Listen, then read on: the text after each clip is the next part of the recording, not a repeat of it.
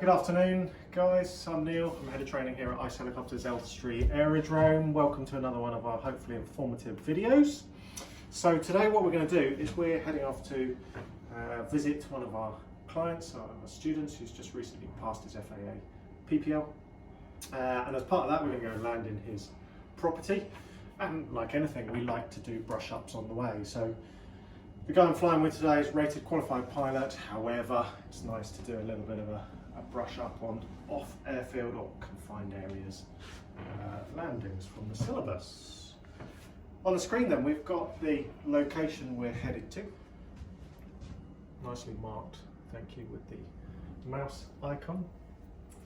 And of course, first consideration, modern technology, we can get a great look from satellite pictures anywhere we want to go pretty much in the world these days.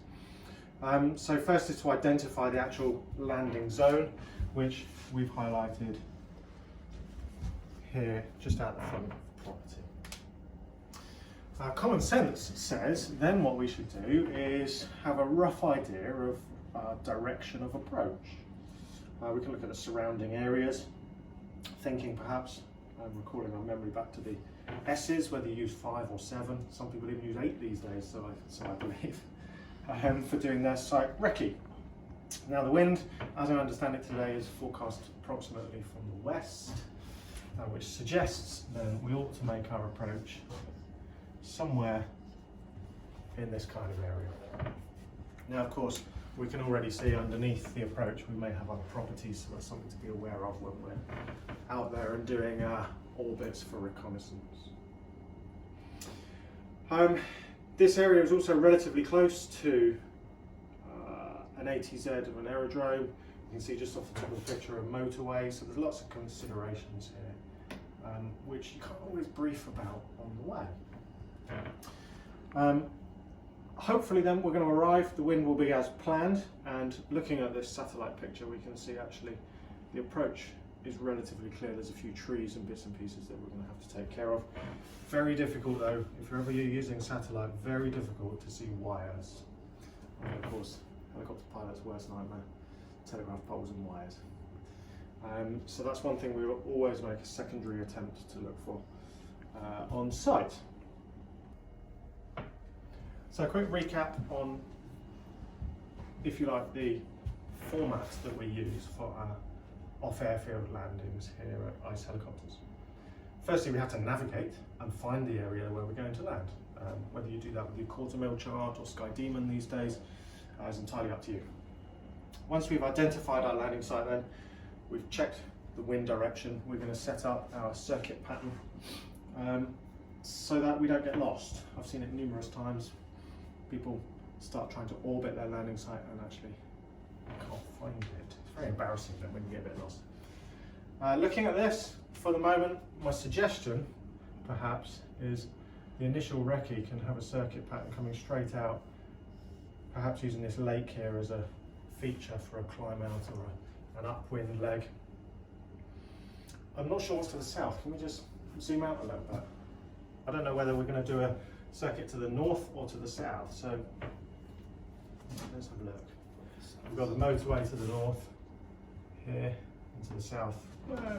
It's a bit clearer. Actually, I think I'd quite like to go to the north. However, the aircraft we're flying in, the pilot sits on the left, and he's probably going to want to do a left-hand turn for ease of seeing and doing his survey. So we're going to do our circuit, we think, at this stage to the south. Remember, any of this stuff we prepare in the classroom, we can change it when we arrive.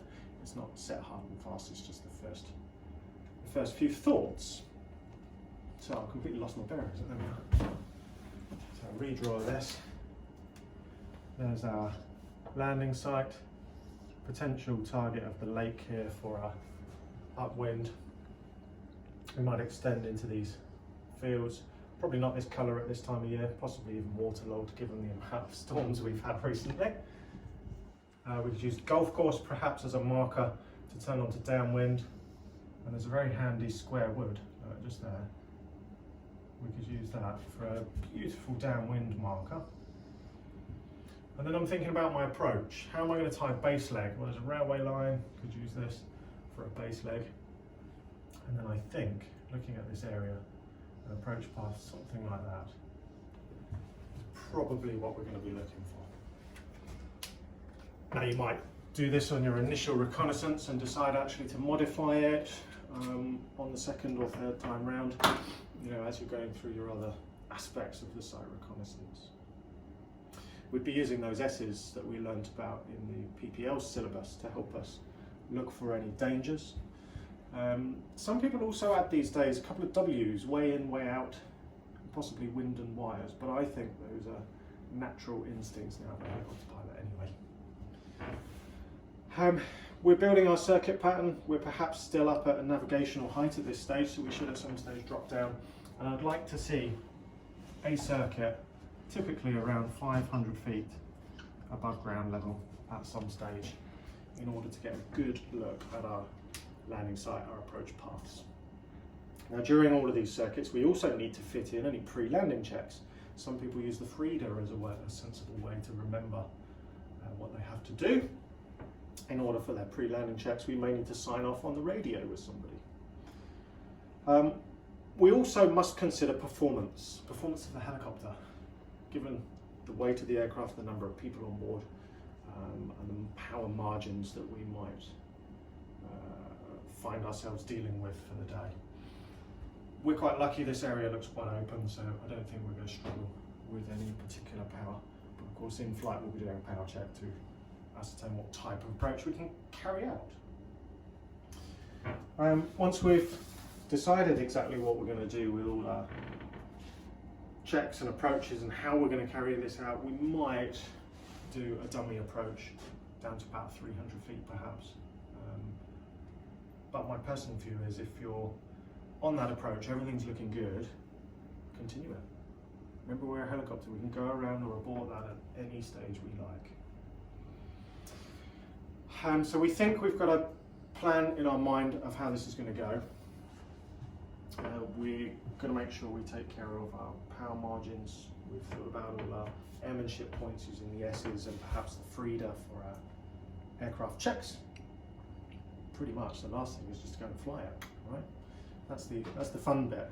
Go out there, try these places, go to new sites, and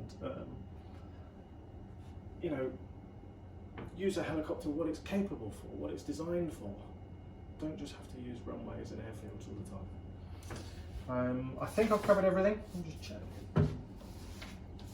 Any questions from you guys? No, I'm all good. All makes sense. Okay. And so, obviously we go through the standard routine then of signing the aircraft out, booking out, making sure we've done all our ATC bits and pieces as required, last minute check on the weather and any no jams.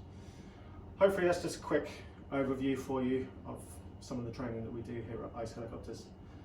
I'm Neil Day, and of course every day is a learning day. Thanks very much, see you soon.